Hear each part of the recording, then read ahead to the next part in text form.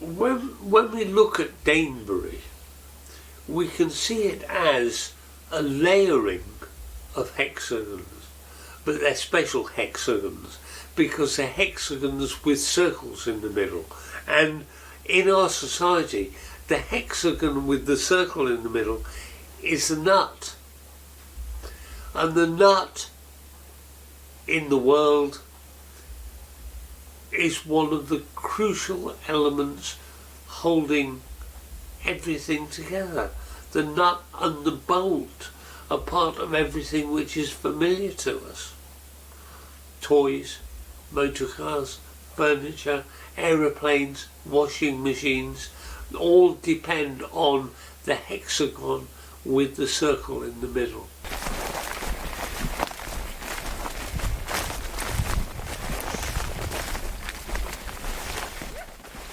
We spoke last time about Clay Hill, and I want to talk now about Danebury. The two are cousins, if not siblings, in that they are both based on 3 by 3 by 3 cubes.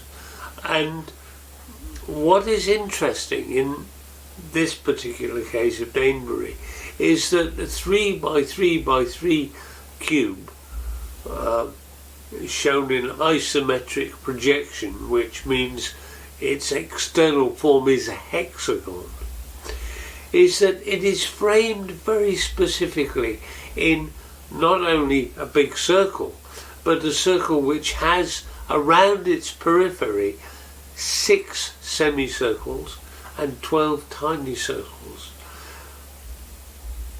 Symbolically, I just get the feeling that they're saying circular movement is important here. I'm looking at the central circle and there is no access to it. It's contained within a bunch of standing wheat, and they're clearly saying honour the centre in this one, don't go in.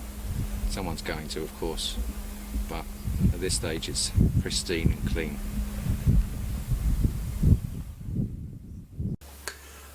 Now let's go back to the cube.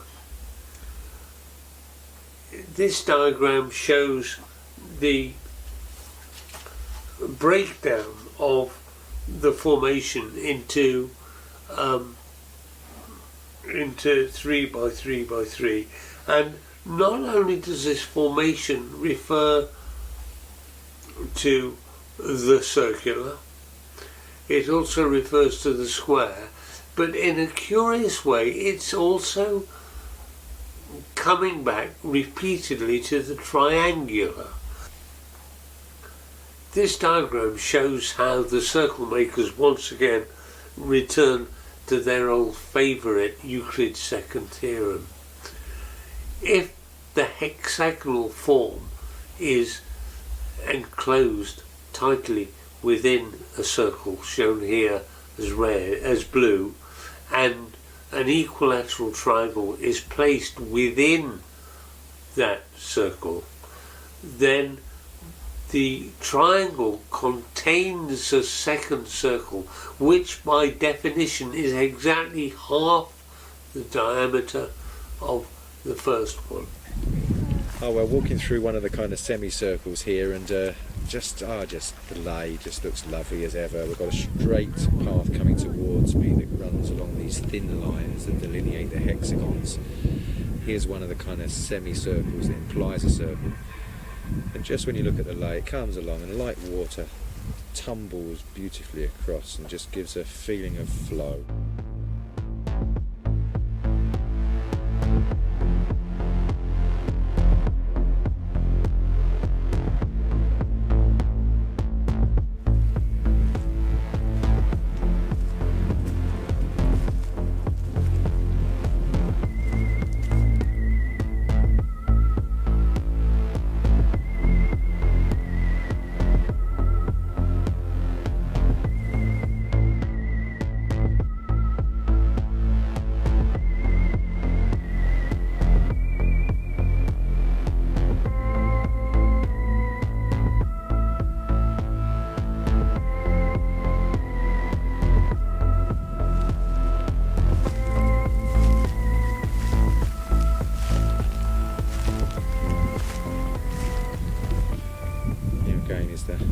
natural circle, inaccessible, no pathways to it, not on a tram line.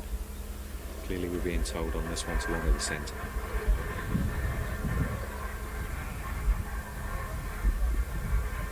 Now, if you look at this diagram, at the top slice you've got one cube in red, the second layer of cubes in orange, there are 3, and the third layer of cubes in yellow, there are 6.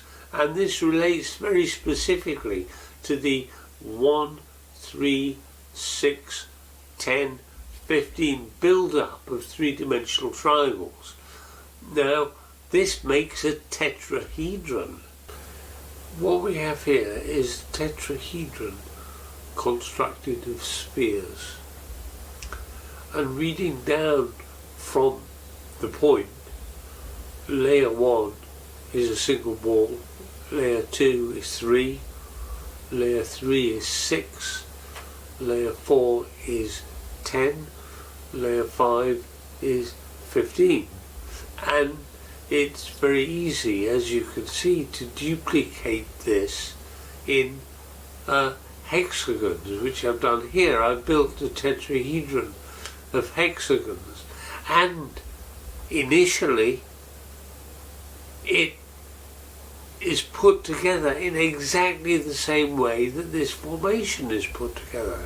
This formation can be read exactly as a layered tetrahedral structure, so that this formation embodies the circular on the outside, the square or cubic on the interior, but also the tetrahedral or triangular in the way it is assembled in layers.